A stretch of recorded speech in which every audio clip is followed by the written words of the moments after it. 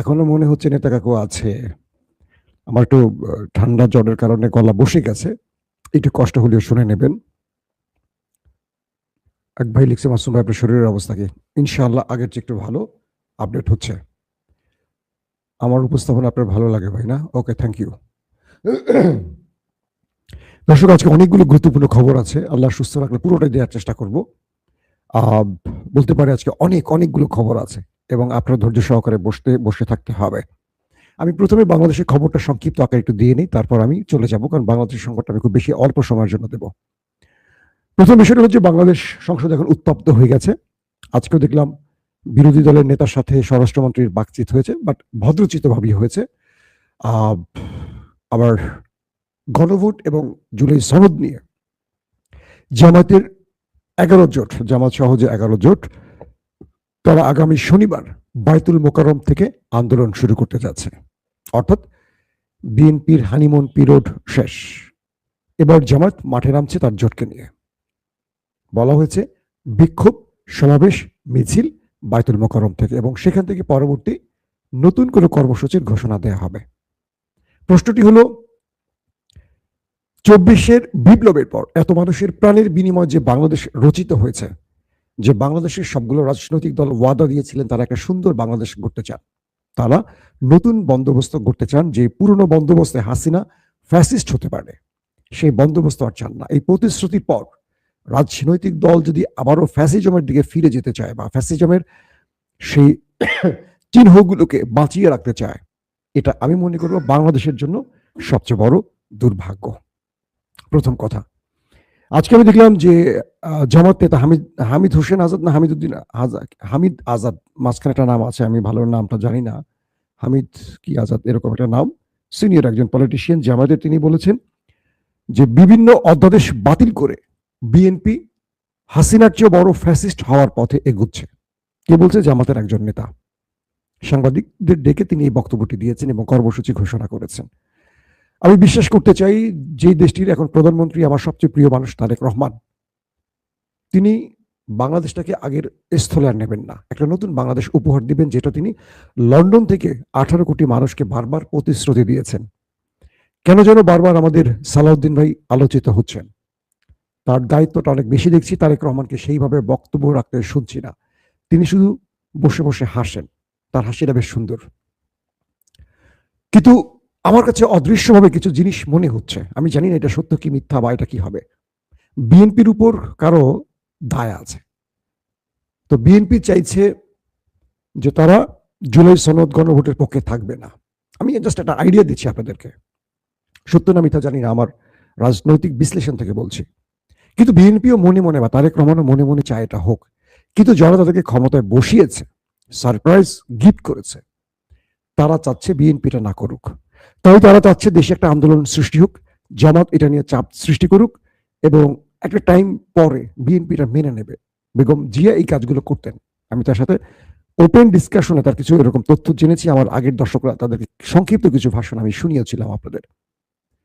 তবে বিএনপির মধ্যে একটা বড় গ্রুপ আছে যারা সরাসরি ভারতের এজেন্ট হিসেবে কাজ করছে। তারেক রহমান তাদেরকে চিহ্নিত করেছেন।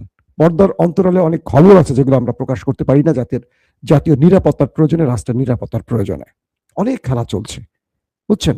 তো সেখানে এখন পর্যন্ত আমার কাছে যে খবর আছে, তারেক রহমান পজিটিভ অবস্থানে আছেন, কিন্তু কিছু খেলা খেলছেন তিনি। কেন খেলছেন?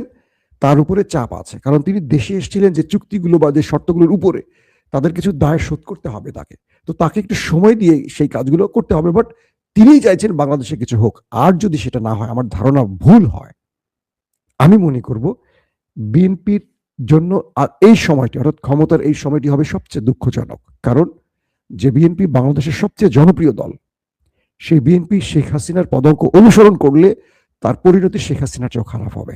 লিখে রাখেন কাগজে, আজকেই লিখে রাখেন।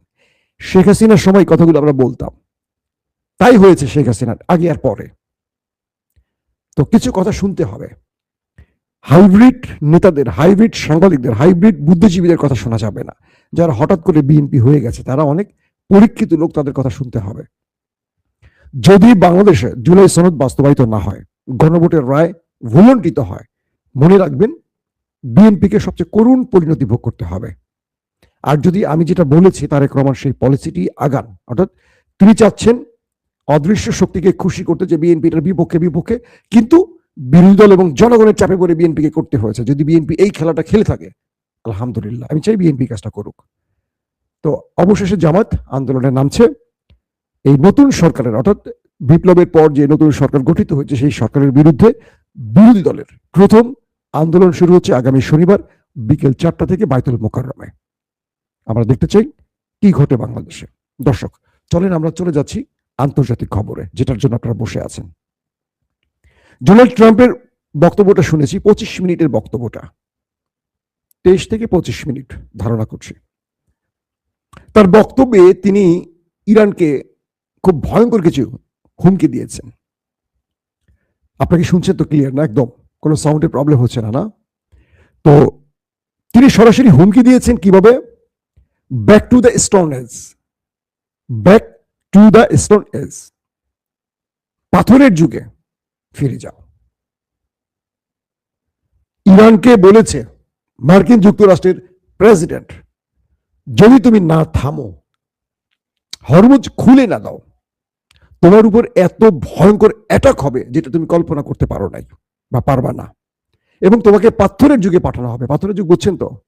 আগে ম্যাচও ছিল না, পাথর দিয়ে আগুন ধরাইতে হইতো।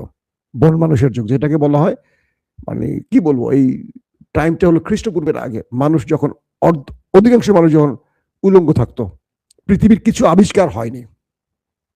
ইরানকে সেই যুগে পাঠিয়ে দেবে, অর্থাৎ ইরানের সকল প্রকল্প ধ্বংস হবে, শিক্ষা প্রতিষ্ঠান ধ্বংস হবে, বিদ্যুৎ প্ল্যান্ট ধ্বংস হবে, পানি প্ল্যান্ট ধ্বংস হবে, অর্থাৎ ইরানে কোনো আধুনিকতার কিচ্ছু থাকবে না। এত ম্যাসিভ অ্যাটাক হবে যেটাতে ইরান সেই পূর্বের পাথরের যুগে ফিরে যাবে। ডোনাল্ড ট্রাম্প ইরানকে ঠিক এই ভাষায় থ্রেট দিয়েছেন, এবং তিনি যে সোশ্যাল মিডিয়ায় লিখেছেন তার বক্তব্যের পর, সেটা হলো back to the stone age.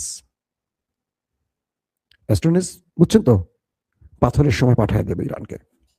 যখন ডোনাল্ড ট্রাম্প এই অ্যাগ্রেসিভ বক্তব্য দিচ্ছেন এবং ইরানকে একটা ভয়ঙ্কর যুদ্ধের হুমকি দিচ্ছেন, ঠিক কয়েক মিনিট পর ইরান বড়সড় অ্যাটাক শুরু করে দিয়েছে আরব রাষ্ট্রে এবং তার বন্ধু বিবির দেশে। বিবি বুঝছেন তো? নেতানিয়াহুর আরেক নাম।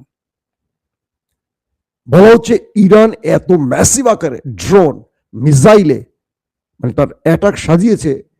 প্রেসিডেন্ট ট্রাম্পের বক্তব্যের জবাব ইরান তার অ্যাটাকের মাধ্যমে দিয়েছে। মিস্টার ট্রাম্প, আমি তোমাকে নো বলে দিলাম, তোমার এই হুমকি ধমকিতে আমি না, তুমি আমাকে গলাতে পারবে না। যেটা সিদ্ধান্ত আমি নিয়েছি সেটাই, আমার শর্ত মেনে তুমি যা করো করো। আমার শর্ত না মানে তুমি মানে আমাকে পাথরের যুগে পাঠাবা, নাকি তুমি তারও আগে পাঠাবা, সেটা পাঠাও। ইরানের এই অ্যাটাকে জর্দানে মার্কিন যে বেজ মোটামুটি লন্ড ভন্ড হয়ে গেছে, এবং কাতার, দুঃখিত, কুয়েত, দুবাই তো ব্যাপক হিট হয়েছে। ট্রাম্পের এই বক্তব্যের পর পৃথিবীব্যাপী বলা হচ্ছে 500 বিলিয়ন মার্কিন ডলার ডাউন হয়ে গেছে। এক বক্তব্যে 500 বিলিয়ন মার্কিন ডলার হাওয়া হয়ে গেছে। কত বড় মানে বক্তব্যে কি পরিমাণ ইফেক্ট পড়ে বুঝতে পারছেন? বলা হচ্ছে ইরানের 2-3 সপ্তাহের মধ্যেই মার্কিন যুক্তরাষ্ট্র এই বিশাল অ্যাটাকটি করতে যাচ্ছে। তার মানে হরমুজ খুলে ইরানকে সরে যেতে হবে। মূলত ইরানের কাছ থেকে একটি ফেস সেভিং চাচ্ছে ট্রাম্প, কিন্তু ইরান দিচ্ছে না। আপনাদেরকে আমি আজকেও খবর দিয়েছি যে যখন ইরানের একজন গুরুত্বপূর্ণ ব্যক্তি মার্কিন যুক্তরাষ্ট্রের সাথে আলাপ চলছিল তৃতীয় রাষ্ট্রগুলোর মাধ্যমে, অর্থাৎ পাকিস্তান, তুরস্ক, মিশর, ওমান, এই দেশগুলোর মাধ্যমে যখন আলোচনা চলছিল, আর যে ব্যক্তিটি এই আলোচনাটাকে এগিয়ে নিয়ে যাচ্ছিলেন, সেই ব্যক্তিকে দখলদাররা মেরে দিয়েছে। মানে একবার চিন্তা করেন যে বিষয়টা কত ভয়াবহ ভাবে, যে যেই ব্যক্তি যুদ্ধ বন্ধের জন্য আলোচনায় যাচ্ছে তাকে মেরে দিচ্ছে। কামাল কারাজি, ইরানের যে নেতা ছিলেন যুদ্ধের বা আলোচনার, আলী লারিজানি, তারপর এই ব্যক্তি ছিলেন সবচেয়ে গুরুত্বপূর্ণ এই বিষয়ে। যিনি আলোচনা করতে চান বা যিনি আলোচনা করার ব্যক্তি হন, তাকে ওরা মেরে দেয়। অর্থাৎ ওই দেশটি চায় না কোনোভাবেই আমেরিকা আলোচনার মাধ্যমে যুদ্ধটা বন্ধ করুক, তারা যুদ্ধটা প্রলম্বিত করতে চায়, লম্বা করতে চায়। সেই কামাল খারাজিকে আমি এটা নিয়ে আজকে সন্ধ্যা দিয়েছি, আর ডিটেলস বলবো না। তো ইরান বলছে যে একদিকে আমাদের লোকদেরকে তোমরা টার্গেট কিলিং করছো, আবার যুদ্ধের আলোচনা চাইছো, এটা তো প্রতারণা। আমেরিকাকে বলছে এটা তো প্রতারণা, তোমাদের প্রতারণায় আমরা নামবো না। অর্থাৎ ট্রাম্পের বক্তব্য যখন দিচ্ছিল, ইরান তার আইআরজিসি তার মিসাইলের স্টোরেজে বসে বাটনে হাত দিয়ে বসেছিল। বক্তব্য শেষ আর মিসাইল মারা শুরু করছে। মাইরা ট্রাম্পকে জবাব দিচ্ছে, ট্রাম্প দেখো তোমার পাথরের যুগে আমাদের পাঠাবার, আমরা তোমাদেরকে, তার বক্তব্য দিলাম মিসাইল দিয়ে। এখন যে বিষয়টি তৈরি হয়েছে যে জর্দান রাষ্ট্রটা কারা? এটি হলো ইসরায়েলের সবচেয়ে বড় মিত্র। এরা কোনো মুসলিম দেশে নয়, এরা ইসরায়েলের মিত্র বা ইসরায়েলের পক্ষের। আরেকটি দেশ আছে আরব আমিরাত। সৌদি আরব এখন চুপ। ট্রাম্প সৌদির প্রধানকে নিয়ে এত ন্যাক্কারজনক বক্তব্য দিয়েছে যে সে ট্রাম্পের পেছনে নাকি চুমু দেয়, সেই ব্যক্তি এখনো চুপ। সৌদি আরব কথা বলে কম, কাজ করে অন্যভাবে কাজ করে।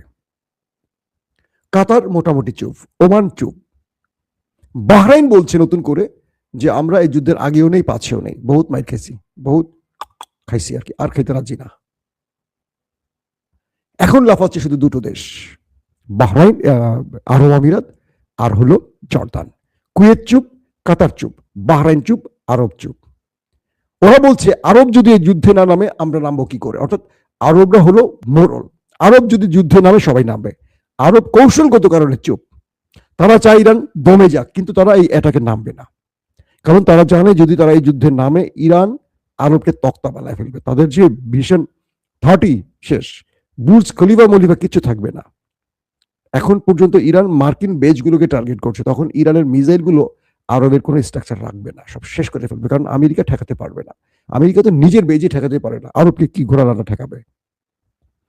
এখন এই পরিস্থিতির মধ্যে যে অবস্থাটি তৈরি হয়েছে যে মার্কিন ডিস্ট্রয়ার ভারত মহাসাগরে যখন ছিল, ইরানের মিসাইল সেটাকে হিট করেছে, দুটো মিসাইল হিট করেছে মার্কিন ডিস্ট্রয়ারে।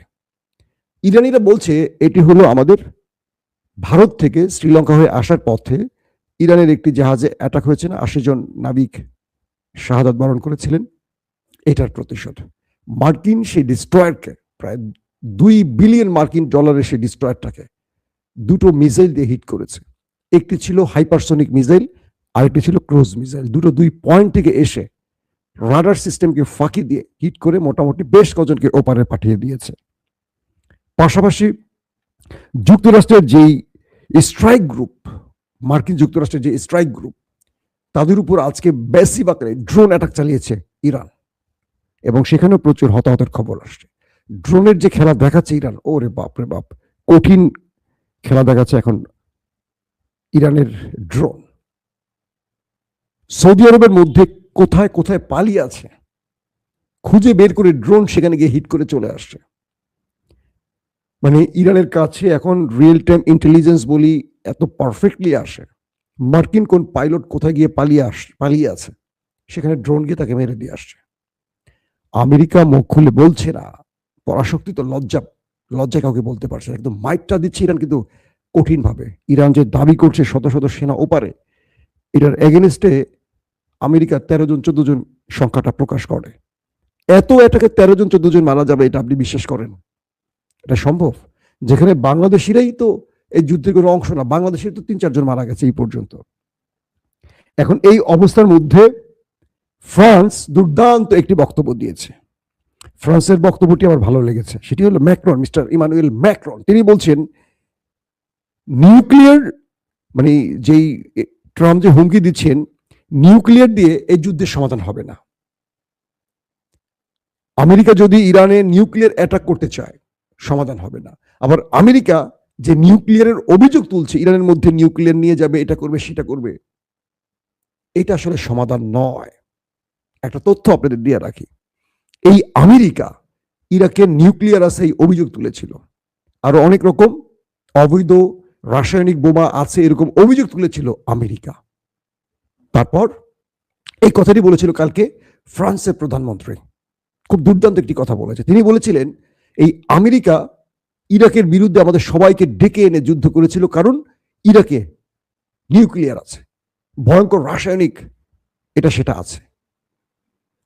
আমরা সবাই মানে সুসুর করে চলে এসেছি ট্রাম্পের ডাকে ইরাকে লড়াই করতে।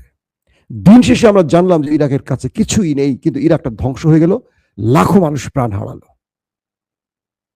তিনি বলছেন, ফ্রান্স প্রধানমন্ত্রী, যে আমরা এই ভুলটি আর করতে চাই না, আমরা আমেরিকাকে ঘাঁটি ব্যবহার করতে দেব না, স্পেনে মার্কিন ঘাঁটি বন্ধ, আমার আকাশ আমার জমিন ওদের জন্য নিষিদ্ধ করে দিলাম।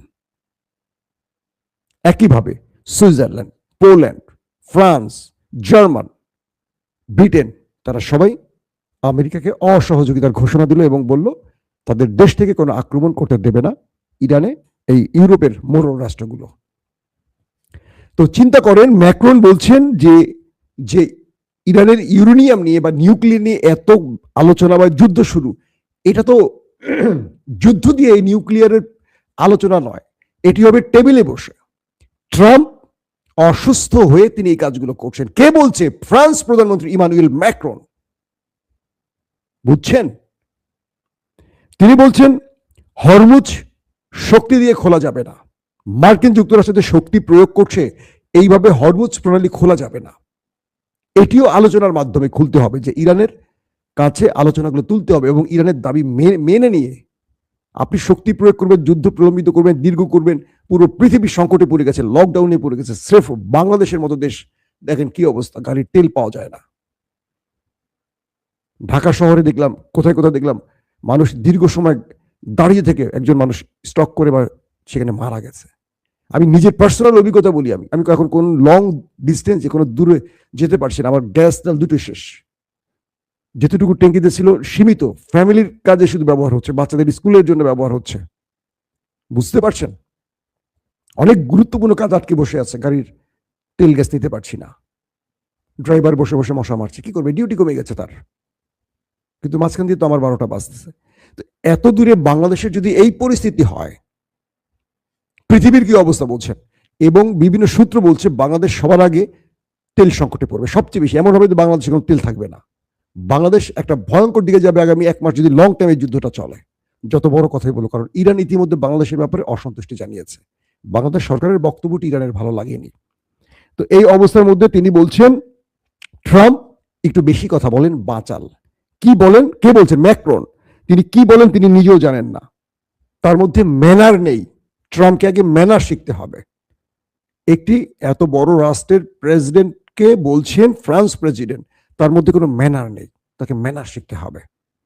তার মানে কি আমরা একটা জিনিস বুঝে গেছি যে মোটামুটি ইউরোপ ট্রাম্পের পাশে আর নেই। এখন ট্রাম্প হাঙ্কি পাঙ্কি যত কিছুই করুক, ইরান ছাড় দিবে না। এখন ট্রাম্প আসলে 2-3 সপ্তাহ পর কি করবে ইরানে, ধারণা করা হচ্ছে তিনি ফেস সেভিং না পেলে, আল্লাহ জানে, এ তো মাথা অর্ধেক না, পুরোটাই অর্ধেক বললে তো ভুল হবে, অর্ধেক চেয়ে বেশি খারাপ তার মাথা, কেন নিউক্লিয়ার অ্যাটাকে চলে যায় কিনা। কিন্তু আমেরিকা যদি ইরানের বিরুদ্ধে নিউক্লিয়ারে চলে যায়, এটা আর থামবে না। রাশিয়া চীন তার এই অন্যতম পার্টনারকে ছাড়বে না, কারণ এই যুদ্ধটা ইরানের যতটুকু তার চেয়ে বেশি রাশিয়া চীনের। তারা লাভবান হচ্ছে এবং ইরানের মাধ্যমে তারা তাদের অধিকার ফিরে পাওয়ার সব চেষ্টা করছে। আর এই জন্য এই দেশ দুটো সর্বোচ্চ সাপোর্ট দিয়ে যাচ্ছে। বলা হচ্ছে ইরানের অধিকাংশ আক্রমণের যে ইন্টেলিজেন্স তথ্যগুলো আসে, উপগ্রহ তথ্য আসে বা স্যাটেলাইট ইমেজগুলো ধরে কোথায় মার্কিন ঘাঁটি, কোথায় তাদের মুভমেন্ট, যেই তথ্যগুলো আসছে, এর ম্যাক্সিমাম চীন এবং রাশিয়া ইরানকে দিয়ে থাকে। আবার ইরানের মিসাইলকে শক্তিশালী করতে দ্রুত কাঁচামাল ইরানে পৌঁছে দিচ্ছে, কারণ প্রতিদিন অজস্র মিসাইল ব্যবহার হচ্ছে। আবার আমেরিকা হিট করে অনেক মিসাইল ধ্বংস করছে। ইরান ফুল টাইম 24 ঘন্টা এখন শুধু মিসাইল তৈরি করছে আর ড্রোন তৈরি করছে, কারণ এই দুটো জিনিস দিয়ে ইরান পুরো যুদ্ধের নীতি, যুদ্ধের মিথ পরিবর্তন করে দিয়েছে ইরান। পৃথিবীর তাবৎ মূল্যবান ভয়ঙ্কর অস্ত্র আমেরিকার কাছে আছে, কিন্তু ড্রোন আর মিসাইল দিয়ে এতগুলো দেশকে একা পেটাচ্ছে ইরান, এটা কেউ কল্পনা করেনি। আর আমেরিকা কখনো মার খায়নি, মার দিয়ে গেছে। কেউ ঘুরে মারবে শক্তি কেউ দেখায়নি। ইরান যখন ধরছে টাইট মতো, বাকিরা বুঝে গেছে যে এটাই সময় ওরে চেপে ধরার, কিন্তু ভিতুরা এগিয়ে আসছে না, তারা চাচ্ছে ইরানই শেষ করে দেখ, আমাদের মতো আর কি। আর ইরান আরেকটা মার, আরেকটা মার, মার, হ্যাঁ হ্যাঁ মার মার। বাংলাদেশিরা করে না, দুজন মারামারি করলে দোস্ত আরেকটা মার, আরেকটা মার, সে দূরে দাঁড়িয়ে রয়েছে। তো আমরা মুসলিম দেশগুলো অপেক্ষায় আছে ইরান কিছু একটা করুক। ধরুন সৌদি আরবে একটা ভিডিও দেখলাম, মার্কিন টার্গেটে হিট করেছে ইরান, মিসাইল মেরেছে, অনেক সেনা ধূপধাপ করে সেখানে পড়ে গেল, অক্কা গেল, উপরে গেল, আগুন জ্বলছে মার্কিন ঘাঁটিতে। যিনি ভিডিও করছেন আল্লাহু আকবার বলছেন সৌদি আরবের ভেতরে, দুবাইতে, কাতারে, কুয়েতে, ভিডিওগুলো দেখেছেন হয়তো আপনারা অনেকে। তার মানে ওই দেশের রাজা বাদশারা আমেরিকার কাছে মাথা বিক্রি করলেও জনগণ তো করেনি। জনগণ কিন্তু একটা জিনিসই চাইছে, ইভেন ভারতের মানুষও চাইছে অনেকে, যে ইরান বিজয়ী হোক। কারণ মাতাব্বরি, মোরলগিরি কেউ আসলে পছন্দ করে না। তোমার মন চাইবে তুমি এক গাজার মানুষকে মেরে ফেলবা, বিবিকে দিয়ে, মানে নেতানিয়াহুকে দিয়ে, বিচার নেই। তুমি জাতিসংঘকে বলছো তুমি একটা প্রস্তুতি নাও, আমরা নিউক্লিয়ার অ্যাটাক করতে পারি, এটাকে তুমি বৈধ করতে হবে। জাতিসংঘকে দিয়ে আমেরিকা ইরানের নিউক্লিয়ার অ্যাটাকে বৈধতা দেওয়ার জন্য কাজ শুরু করে দিয়েছে। তার মানে ট্রাম্প যদি ফেস সেভিং না পায়, ইরানে বড় কিছু ঘটাবে। আর এটুকু বলতে পারি, ইরান এত ছোট দেশ না রে ভাই। আপনারা ইরানের সম্পর্কিত ম্যাপটা দেখবেন, বিশাল দেশ। ইরানে অ্যাটাক করে ইরানকে কবজা করা বা ইরানকে দুর্বল করা এত সহজ হবে না ট্রাম্পের জন্য। 11,000 অ্যাটাক তো গতকালকেই বলছি। সামনের দিনগুলোতে ট্রাম্প আরো বেশি আক্রান্ত হবে, শুধু হবে তা না, পুরো আরবের মধ্যে অনেক বড় আক্রমণ ইরান করে বসবে। আর ইসরায়েল তো একটা ছোট্ট দেশ, 1 কোটি মানুষ থাকে বোধহয়।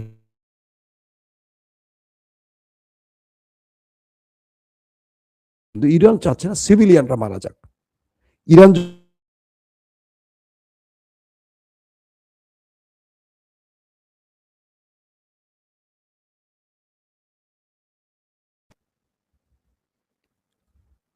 ইরান তখন চোখ বন্ধ করে মার শুরু করবে, তখন আর বুর্জ খলিফা দেখবে না, মার্কিন বেজ দেখবে না। কারণ অনেকে আমাকে প্রশ্ন করেন, ভাই নিউক্লিয়ার মারলে তো ইরান শেষ না ভাই? অনেকগুলো নিউক্লিয়ার মারতে হবে, একটা দুইটাতে হবে না।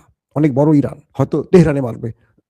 আর ইরানের পারমাণবিক বলি, মিসাইল বলি, ম্যাক্সিমাম তেহরানে না, এগুলো অনেক দূরে, ইস্পাহানে আছে, ফোর্দোতে আছে, বিভিন্ন। আর ইরান এমন একটি দেশ, চারদিকে পাহাড়। ইরানের ম্যাক্সিমাম মিসাইলগুলো পাহাড়ের নিচে টানেল বানানো। তো পাহাড়ে যতই বাংকার ব্লাস্টার বোমা মারুক, পাহাড় ভেদ করে আরো মাটির নিচে 200 ফুট, আমেরিকার বাপেরও সেই মিসাইল নেই।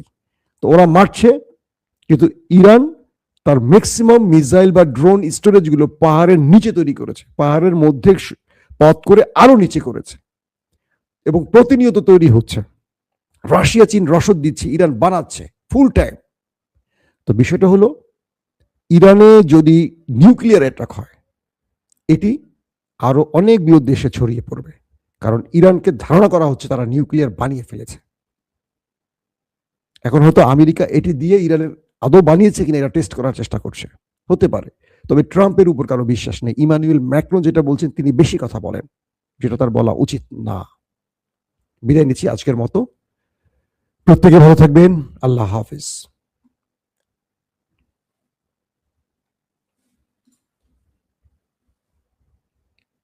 ওপেন দাইস মানে সত্যকে সত্য বলা, মিথ্যেকে মিথ্যে বলা।